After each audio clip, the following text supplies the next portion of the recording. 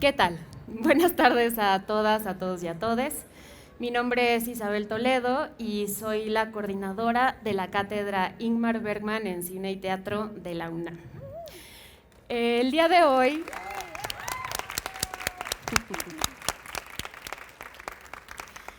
hoy estamos aquí para presentar la publicación Apostar por el Encuentro, que reúne 12 años de prácticas de pensamiento colectivo en un periodo comprendido entre el 2010, año del nacimiento de la cátedra, y el 2022. En él podrán encontrar ensayos, conferencias magistrales, entrevistas e imágenes de colaboradoras y colaboradores que integran un panorama estimulante por su diversidad de aproximaciones, geografías e identidades. Después de un arduo trabajo por parte del equipo de la Cátedra Bergman, encabezado en su momento por Mariana Gándara,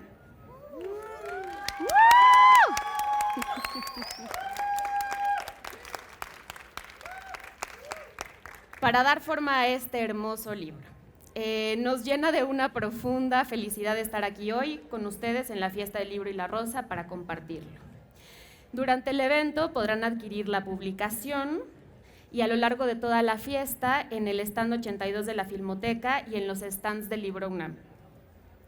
Nos honra mucho contar con la presencia de nuestras invitadas e invitados. Estamos aquí reunidas una pequeña parte de las personas que colaboraron desde distintos frentes para realizar este libro, desde la coordinación, la edición, la escritura, la palabra dicha y la traducción. Gracias, querida Mariana Gándara, Alejandra M. Vázquez, Erika Arroyo, Ángeles Cruz, Aranza Luna, Fernanda Solórzano, Lázaro Gavino Rodríguez, Lucrecia Arcos, Roberto Fiesco y Piocha Bojorques por estar aquí.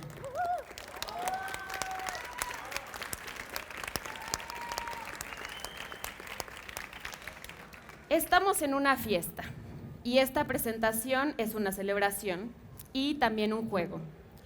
A manera de micrófono abierto, cada una de nuestras invitadas compartirá fragmentos de su participación en la publicación, experiencias y reflexiones. Al finalizar su participación, cada quien invitará a la siguiente a tomar la palabra. Querida Mariana, hoy también celebramos tu trabajo como coordinadora ejecutiva de la Cátedra Bergman, ya que este libro es fruto y ejemplo de tu maravillosa gestión. Así que creo que no hay mejor manera de empezar que con tus palabras.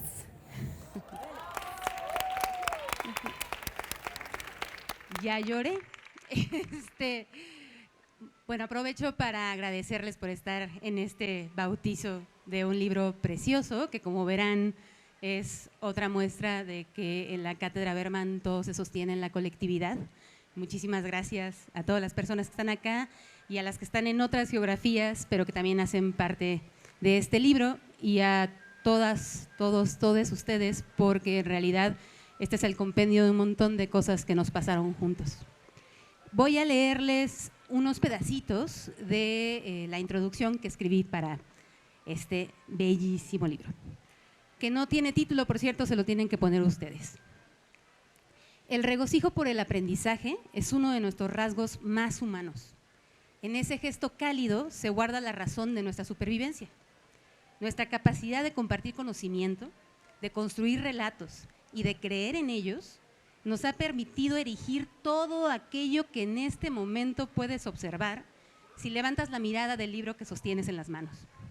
Se trata de un goce que conocemos muy temprano en nuestras vidas, indispensable para descubrir el mundo y entendernos en él. Un disfrute que no implica únicamente el hallazgo de un nuevo saber, sino la dicha de transmitir aquello que nuestra experiencia vital nos ha enseñado. En ambos sentidos, la vulnerabilidad reclama hacerse presente.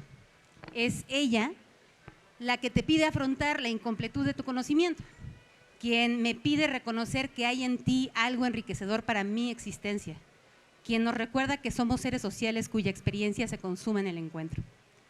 Si este intercambio de saberes sucede de forma libre, con respeto y sin jerarquías, un acto de magia habita el instante.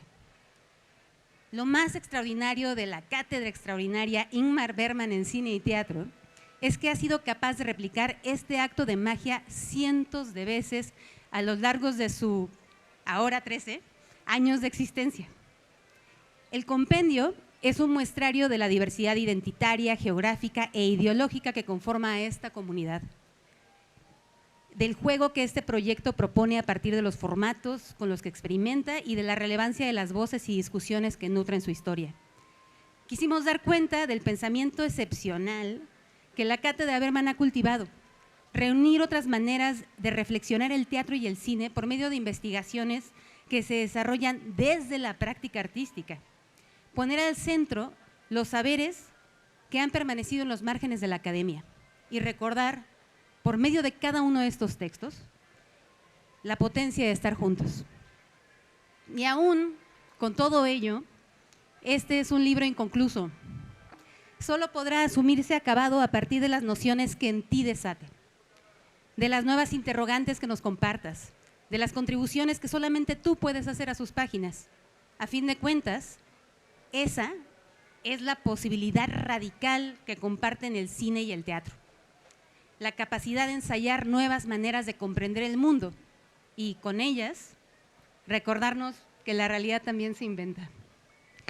Hemos apostado por el encuentro porque en él se suscita lo extraordinario y no hay nada más extraordinario que la radiante posibilidad que tiene la educación para transformarnos. Nuestro afán es que estos textos, ahora en tus manos, se asuman como lo que son y devengan en pólvora. Apostar por el encuentro, a mi parecer, la suerte está echada.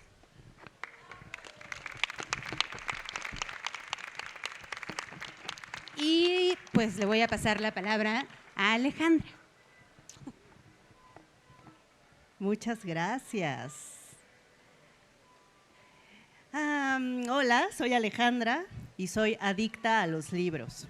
En serio, me fascinan, no como materia inerte, ni como marca de prestigio, ni como expresión de genialidad, sino como objetos extremadamente adhesivos y adherentes. Es decir, no solo traen consigo toda la vida involucrada en su hechura, que es muchísima vida, no se imaginan, sino que una vez que se vuelven materia, suman vida con sus lectores, sus conversaciones y sus posibilidades. Apostar por el encuentro es un ejemplo de ello. Y estoy enormemente orgullosa de este libro.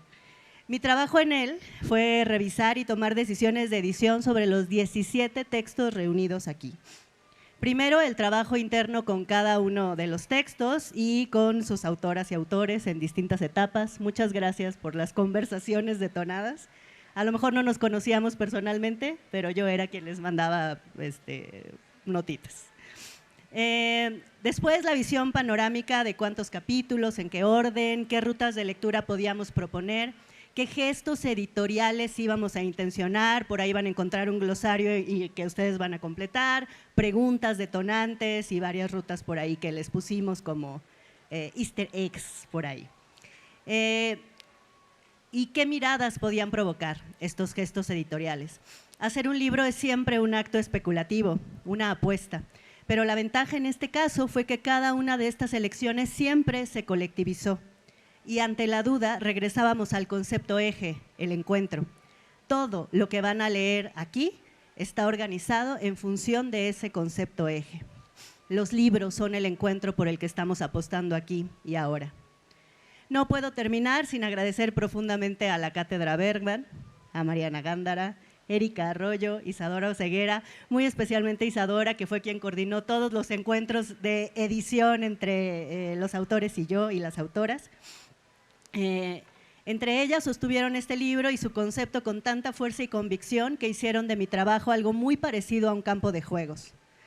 Abril Castillo, diseñadora editorial, cuyos ojos son un verdadero baluarte, de verdad es un privilegio ver el trabajo de Abril Castillo en primera fila y acompañarlo. A los 23 autores que dijeron sí a quedarse en este objeto libro y aceptar la conversación editorial, que es otro viaje totalmente. A Isabel Toledo y al equipo actual de la cátedra, por esta cálida recepción y esta cálida gestión, y a todas las personas de Publicaciones UNAM, imprenta, distribución, que han hecho posible que este libro circule. Por lo tanto, extiendo la gratitud a las personas que leerán, a esas personas futuras que se van a encontrar con Apostar por el Encuentro. Como ha dicho Mariana Gándara y está en la introducción a la que ustedes insertarán un título, Apostar por el Encuentro está hecho para que ustedes lo completen. A este libro le faltas tú, lectora, lectore, lector. ¿A qué encuentros apuestas tú? Muchas gracias.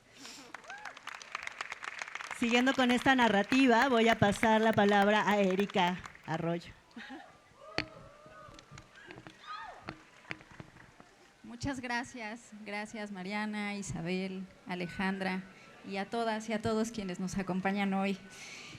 Muchas gracias también a ustedes que nos acompañan a bautizar, como dice Mariana, esta publicación. Llevábamos tanto tiempo esperando el momento en que Apostar por el Encuentro se pudiese tocar, oler o leer, que tener la posibilidad de reunirnos para celebrar lo que en algún momento denominamos parto editorial, se siente como un déjà vu.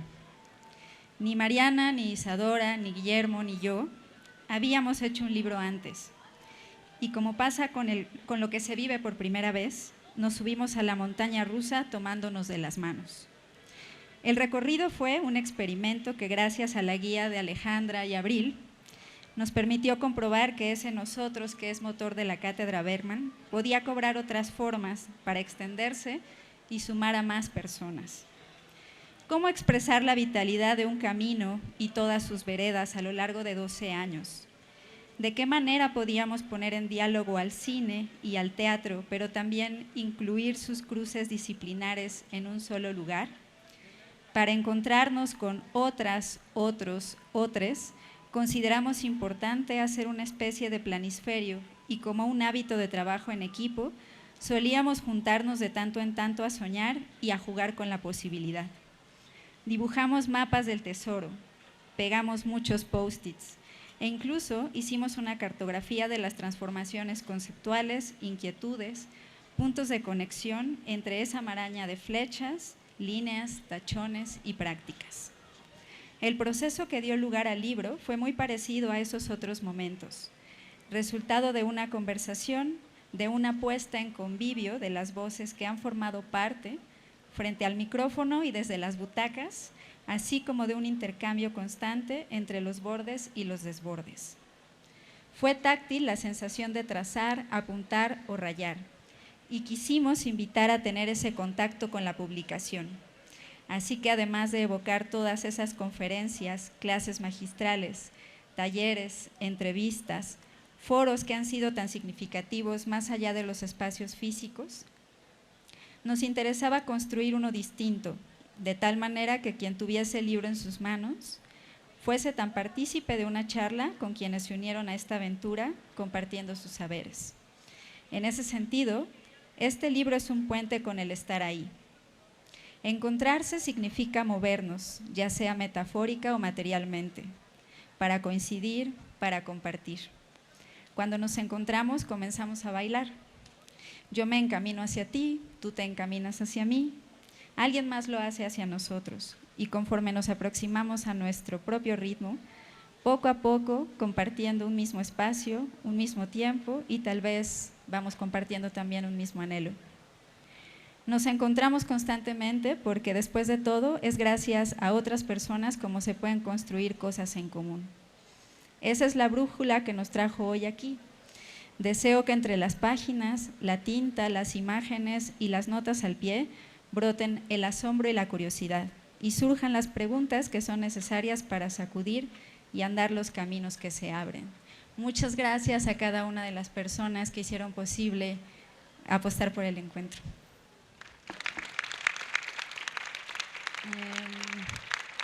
Les propongo continuar con Fernanda. ¿Qué tal? ¿Cómo están? Muchas gracias por venir, muchas gracias por ser más en número que nosotros, porque éramos muchos, nos preguntábamos eso, no nos lo preguntábamos, sabíamos que iban a venir.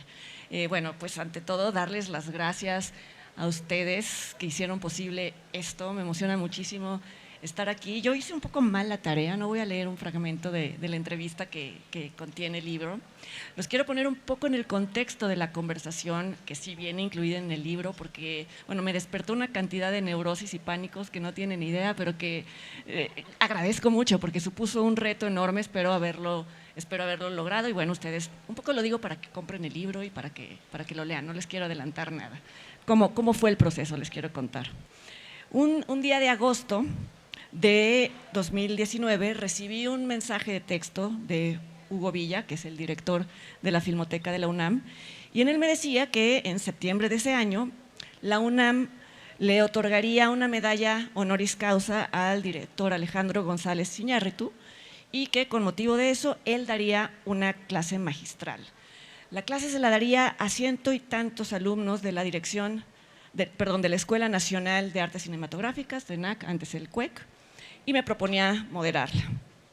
Por supuesto que acepté, se lo dije de inmediato, pero supe que me enfrentaba a muchos retos. Uno de ellos, y esto puede sonar contradictorio que me haya parecido un reto, tenía que ver con que González Iñárritu es, y yo creo que sigue siendo, el director al que, por distintas razones, más veces y con más detenimiento he entrevistado en mi vida. Y esto, bueno, parecería ser una ventaja, pero para mí era absolutamente todo lo contrario.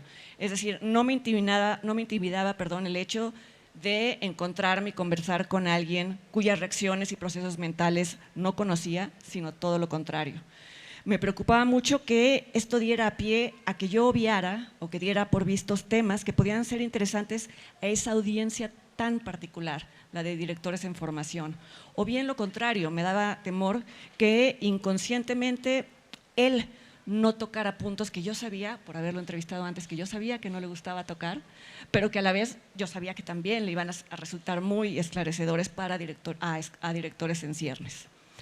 Tomé conciencia de que esa conversación, a diferencia de todas las conversaciones previas que había tenido con él, debía servir como más bien yo en esa conversación debía servir como una intermediaria entre un director que llevaba ya casi 20 años tomando decisiones, unas más afortunadas que otras, pero creo que la mayoría muy arriesgadas, y por el otro lado un centenar de realizadores que apenas estaban tomando clases, todavía no salían de la carrera.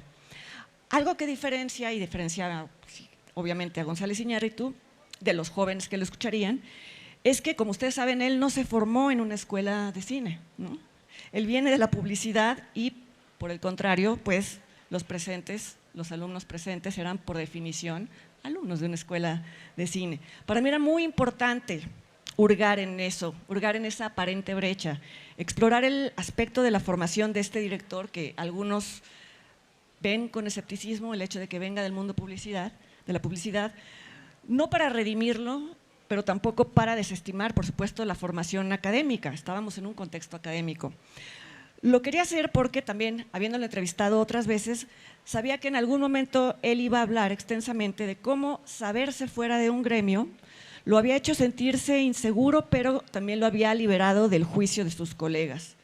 Yo creo que actualmente los creadores temen mucho la desaprobación de otros, así que crucé los dedos para que en mi conversación con él esa personalidad suya tan particular que muchos perciben como arrogante porque está siempre lleno de certidumbres, se entendiera como lo que creo que también es, una voluntad creadora, que no se detiene con nada, incluso ante las críticas más fuertes.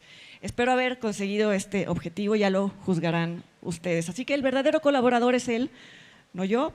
Agradezco otra vez a las editoras que convirtieron esta conversación en un texto. No saben qué difícil es editar una entrevista, porque todo lo que suena muy fluido en una plática, pasarlo a papel es una pesadilla, nos leemos siempre quienes hablamos muy mal. Y bueno, gracias Alejandra, por además haber tenido el gesto tan generoso de haberme enviado el texto. No era absolutamente innecesario, vamos, ¿quién es mejores que ustedes para tener la versión final desde el principio? Así que bueno, les agradezco mucho la inclusión, les agradezco mucho todo el trabajo que implicó y que me permitan estar aquí con ustedes hoy, y a ustedes por venir.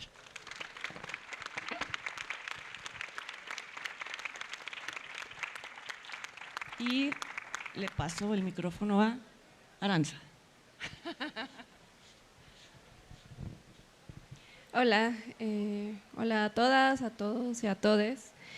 Yo creo que también hice mal la tarea porque escribí un texto que nace a partir de la lectura del libro y también de los recuerdos de esa experiencia tan chistosa que tuve con Alejandra.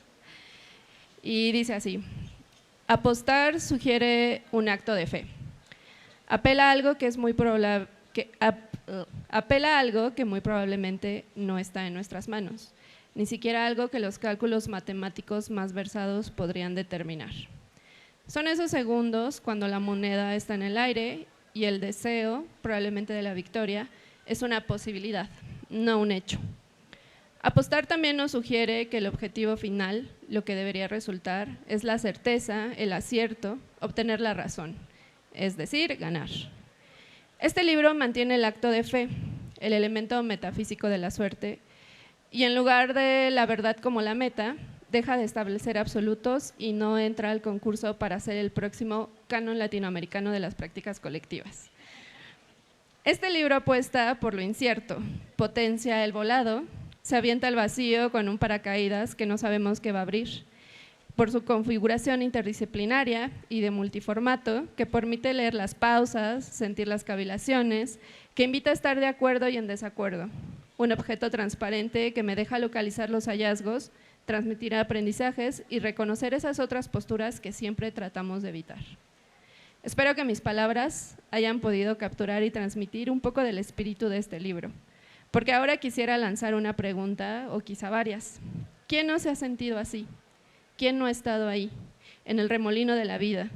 Y es que mi gran conclusión, muy obvia y a la vez no, es que este libro contiene, por supuesto, la esencia de cada una de las personas que lo hizo realidad, pero también el alma en vilo de todas las trabajadoras y trabajadores que hemos encontrado en el cine, el teatro y en el arte en general, un hogar, a veces un poco disfuncional. Este libro es el sentir de una época que ha construido la cátedra. En el encuentro con Ale, la apuesta estuvo en mis conocimientos más o menos fértiles sobre el cine, pero también en mis intuiciones, en mis experiencias como alguien que según las violencias sistemáticas no debería estar aquí leyendo esto para ustedes, pero que igual dejó todo y se lanzó a trabajar en el cine. Y heme aquí diciendo locuras y compartiendo espacio con esta gente maravillosa. Ese día apostamos por la risa, el nervio, por la improvisación, y desde la planificación y la confianza en nuestro trabajo como colaboradoras. Ese día apostamos por el intercambio, desde el entusiasmo y la loquera. Y espero que así sea siempre, no solo con Ale, sino con cada una de las personas que está aquí. Y pues nada, muchas felicidades, querida cátedra.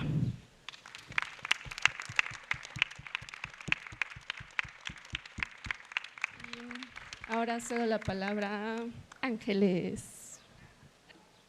Hola, buenas tardes a todas, todos, todes.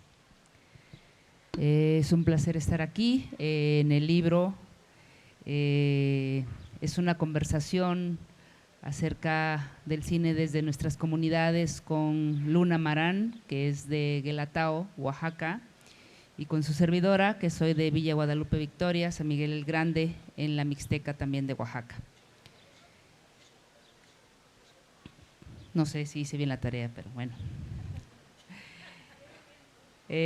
Una conversación nos lleva a descubrir cómo caminamos en nuestro quehacer como cineastas desde nuestras comunidades de origen, a develar nuestras palpitaciones colectivas y a comprender no del todo y no siempre quiénes somos.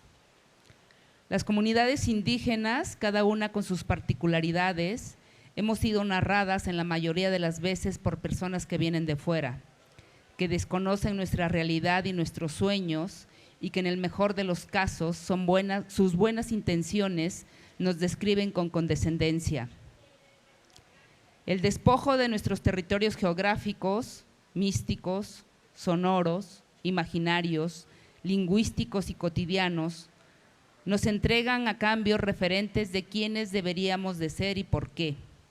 Sin embargo, nuestra resistencia a conformarnos nos ha hecho sobrevivir, cuestionarnos y balbucear con garra. Hacemos cine desde lo personal y colectivo, entendiendo y buscando qué requiere cada proyecto, Escribimos nuestras historias que se cocinan en la cotidianidad de nuestras pláticas, en nuestros recorridos, y esos pequeños fragmentos de vida y muerte nos atraviesan la mirada. Así, pidiendo permiso a nuestras asambleas, a la tierra, a la lluvia, entendiendo nuestras responsabilidades sociales y afectivas con nuestros pueblos y siguiendo el ejemplo organizativo, es que hacemos nuestras películas. Construimos con cada película un imaginario para contar nuestro lado de la historia, para compartir y dialogar. No sabemos nada. La ficción y la realidad nos habita de manera conjunta. Vamos aprendiendo en cada respiración y desde nuestras ancestralidades y nuestro presente reclamamos nuestro derecho a narrarnos en las películas, en nuestra música, en nuestros idiomas, en nuestros textiles, para habitar la diversidad y dialogar en todos los lenguajes existentes. En nuestras comunidades, el cine lo estamos haciendo como se cultivan los campos, en compañía y escogiendo la semilla que vamos a compartir. Aún falta mucho camino por recorrer. El acceso a los fondos, el acceso a la formación profesional, el racismo que impera, la mirada colonial de los espacios de exhibición, las etiquetas, el desprecio desde la academia, un sinfín de desigualdades que sin embargo no han impedido que nuestras voces estén llegando a otros espacios fuera de nuestras comunidades de origen. Aquí estamos. Somos parte de este mundo diverso, somos memoria y presente, y cuando hablamos de cine comunitario o cine desde nuestras comunidades, no se trata solo de hacer cine en comunidades originarias, se trata de nuestro tejido ancestral que nos arropa para contar nuestras historias. Gracias.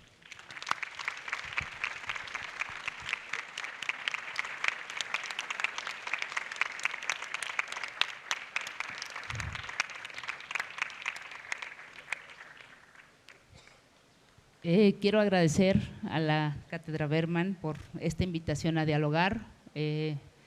Espero que disfruten el libro. He leído a mis compañeras y a mis compañeros y es una lectura verdaderamente encantadora. Muchas gracias y le paso el micrófono a aquí al compañero Roberto Fiesco.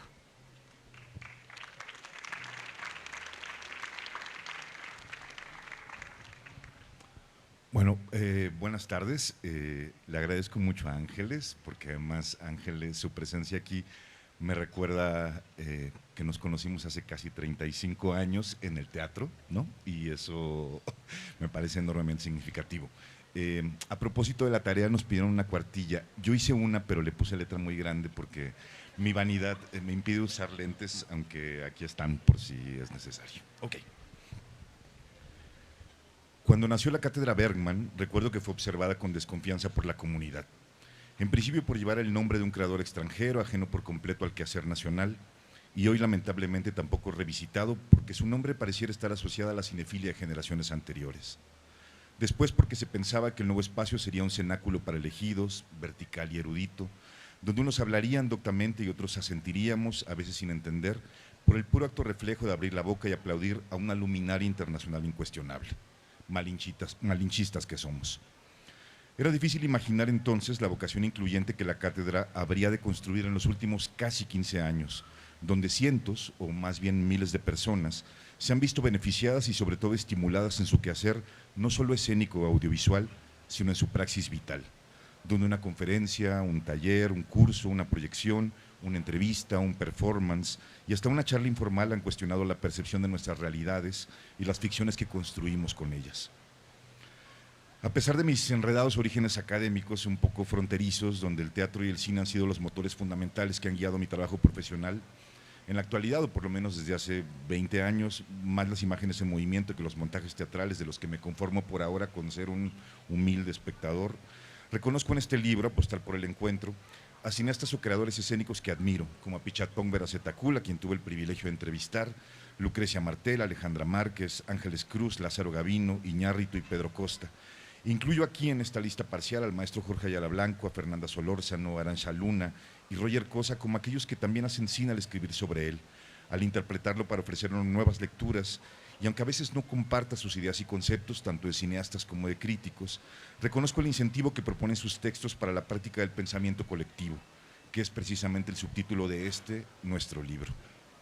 Leyendo cada uno de los textos resulta inevitable hacerse nuevas y viejas preguntas sobre lo individual y lo colectivo: el racismo, el acceso al conocimiento, la política, el cuerpo, la alteridad, la guerra, muchas guerras, el lenguaje, el deseo, la experiencia de la juventud, el público, la comunidad, el ego y la generosidad, los errores, la docencia, la desnudez de los procesos, el sonido, la infancia, el lenguaje incluyente, los feminismos, la identidad, los festivales, el arraigo, la mirada, la divergencia, la discrepancia, el escenario, la sobrevivencia, la pandemia y el Zoom, las colectivas, la crítica, las disidencias sexuales, la bondad, el diálogo, el silencio, el amor y la memoria.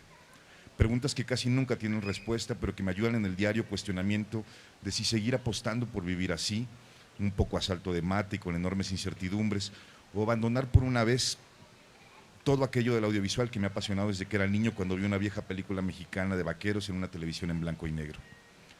Busco reflejos en este libro y fronteras que se diluyen para que me ayuden a construir día a día esta respuesta, esa certeza.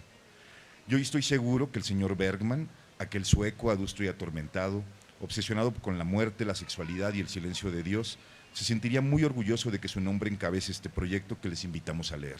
Gracias.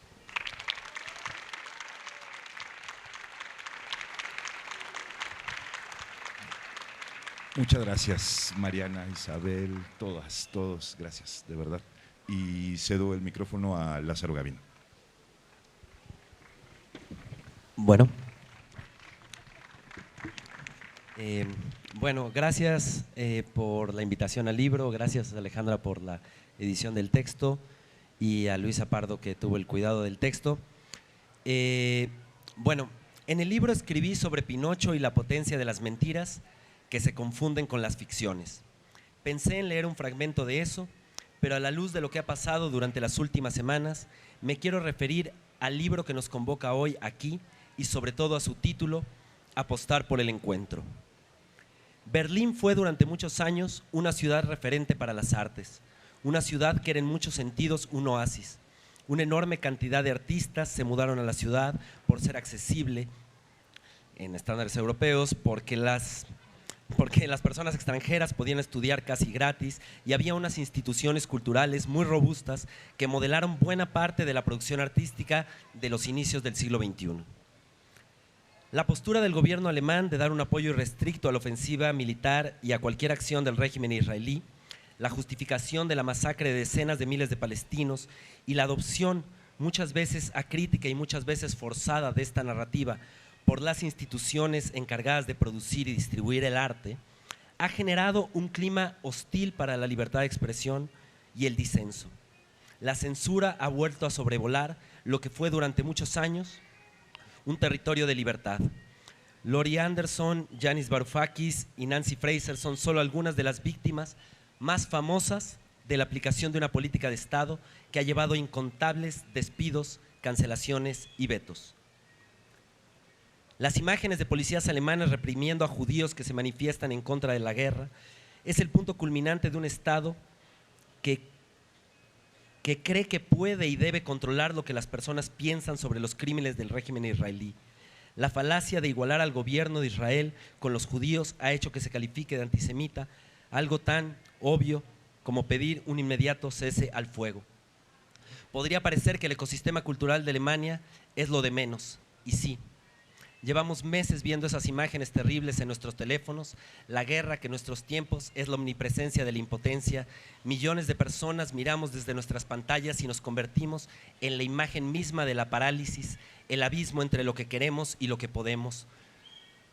Nos dolemos a nuestra manera, nos desbordamos de sentimientos que no podemos expresar más que acariciando levemente la superficie de nuestro teléfono. Enojo, indignación, desasosiego, es tanto el desamparo, la tristeza y la rabia, la desesperación por querer que prive el sentido común, el respeto a la vida, algún valor más allá de lo obvio y del miedo. Se condena sin titubeos a quien mata niños y ancianas. Es imperdonable atacar a quien no tiene armas. No se deja sin agua, ni alimentos, ni medicinas a la población. No se mata a periodistas ni a quien lleva ayuda humanitaria.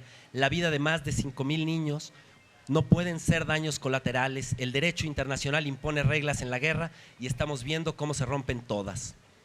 Podría parecer que el ecosistema cultural de Berlín no nos importa, pero me parece que es lo contrario, que siembra un precedente. Nos recuerda que las cosas no están dadas de una vez y para siempre, que las cosas se tienen que cuidar y que, como dice el título del libro, hay que apostar por el encuentro una y otra vez. Gracias. Y le cedo la palabra a Lucrecia. Gracias. Pues muchas gracias a todas por este grandísimo proyecto y a ustedes también por estar aquí. Yo les voy a platicar lo que hice y leer un fragmento. Hace 4 años y un mes estábamos teniendo aquí atrás en una de las salas una conferencia con el cineasta portugués Pedro Costa. O sea, 4 años después, una pandemia después, en el mismo espacio del Centro Cultural Universitario, estamos festejando y bautizando el cine comunitario, ¿no? Y lamentablemente también siguen existiendo las opresiones hacia los migrantes y siguen existiendo las fronteras. El cine de Pedro Costa es un cine que se acerca a las comunidades caboverdianas que han logrado llegar a Portugal. Y el fragmento que seleccioné para leerles tiene que ver con los espacios, lo cual me parece como bastante ad hoc con estar reunidas aquí y lo que significa ofrendar también la lectura ante los diferentes espacios. Entonces, les voy a leer palabras de Pedro Costa que fueron respuesta a una pregunta de un participante en esta clase magistral. La película que se comentó en aquel entonces se titula Vitalina Varela y es el nombre de una mujer que llegó a Portugal. En Vitalina Varela nunca ha tenido que venir a Portugal antes, desde la muerte del marido. No conocía Portugal, no conocía su hábitat o barrio donde vivió el marido. El barrio donde vivió el marido es el barrio donde filmamos en la verdadera casa. Yo sabía más o menos y también quería que el filme fuera todo muy interior dentro de la casa y la casa real es posible técnicamente. Espacialmente me parece interesante filmar, rodar en una casa real. El exterior del barrio, el verdadero, donde ella vive, donde el marido vivía, no es un barrio tan interesante para mí. No es su arquitectura, no es su cromatismo, sus colores, su estética, era el espíritu. O sea, en este barrio donde rodé y donde ella estaba, es un barrio mucho menos aculturado, no tenía nada propio. Yo conocí, por ejemplo, y filmé varias veces una en ese barrio destruido y era un barrio donde había esa comunidad, donde yo sentía eso. Yo necesitaba filmar y en este barrio no me sentía bien filmando eso porque en ese barrio no tienen la cultura caboverdiana, ni la angolana, ni mozambicana, ni brasileña, ni nada. Es un barrio aculturado. Por lo tanto pensé, hagamos un documental. Nosotros trabajamos, no hablamos, pero la idea es que vamos a aproximarnos cada vez más o vamos a estar en una ficción.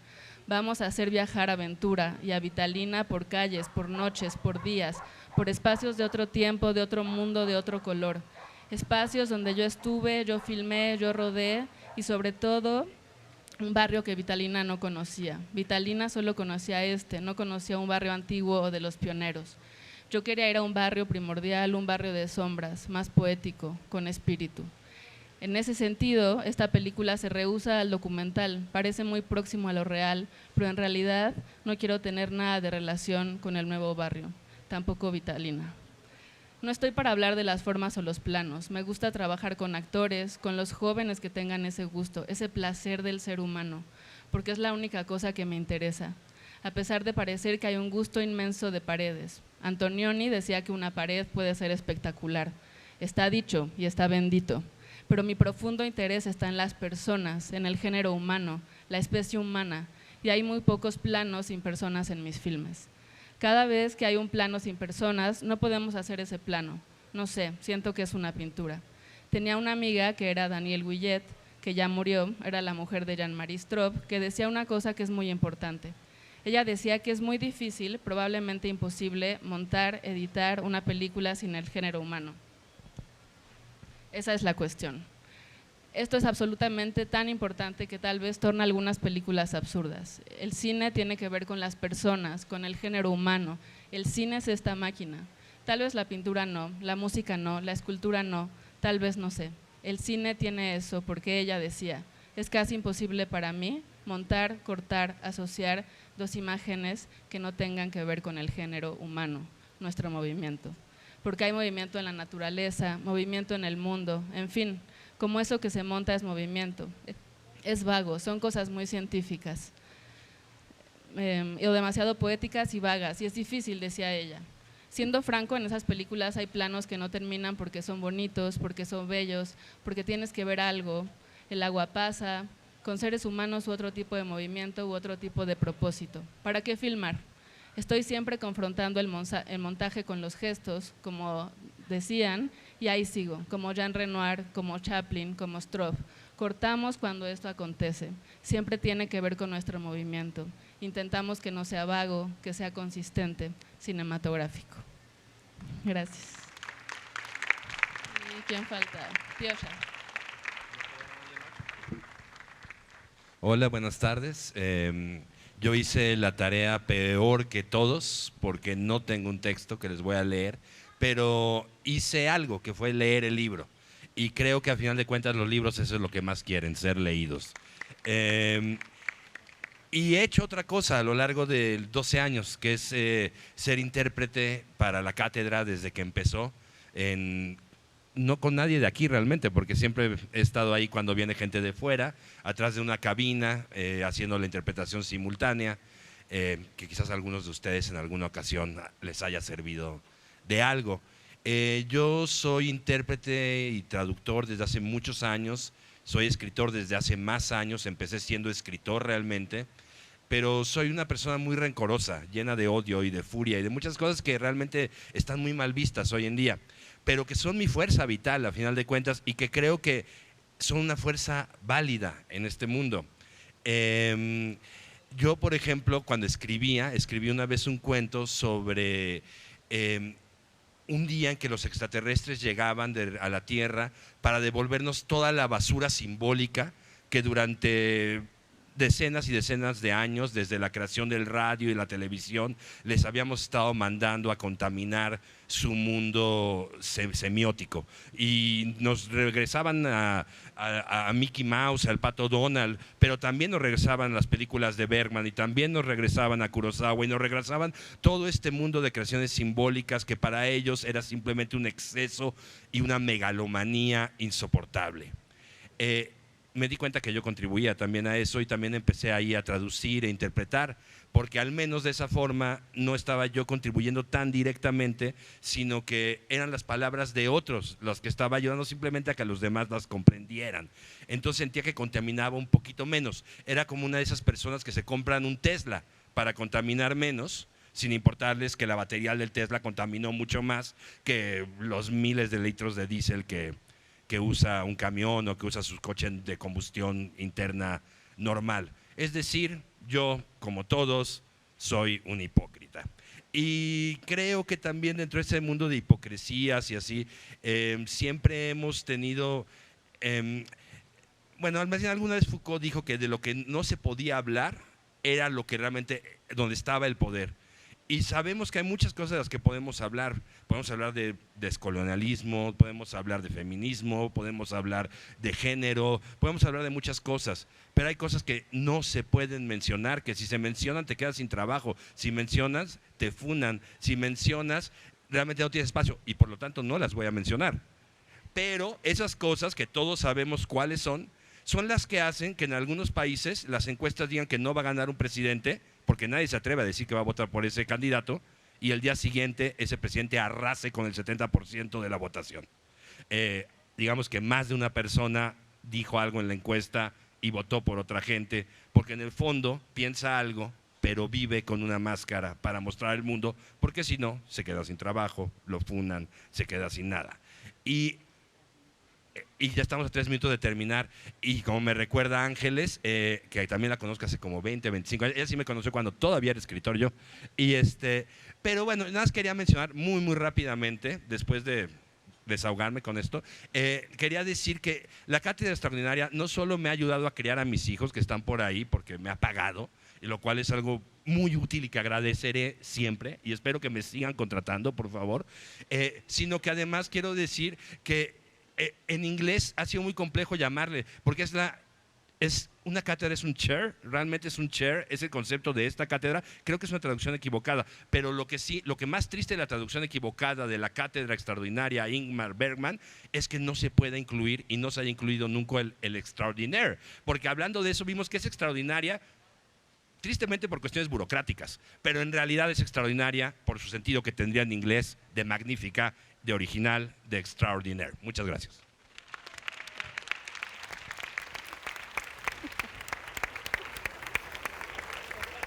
Muchísimas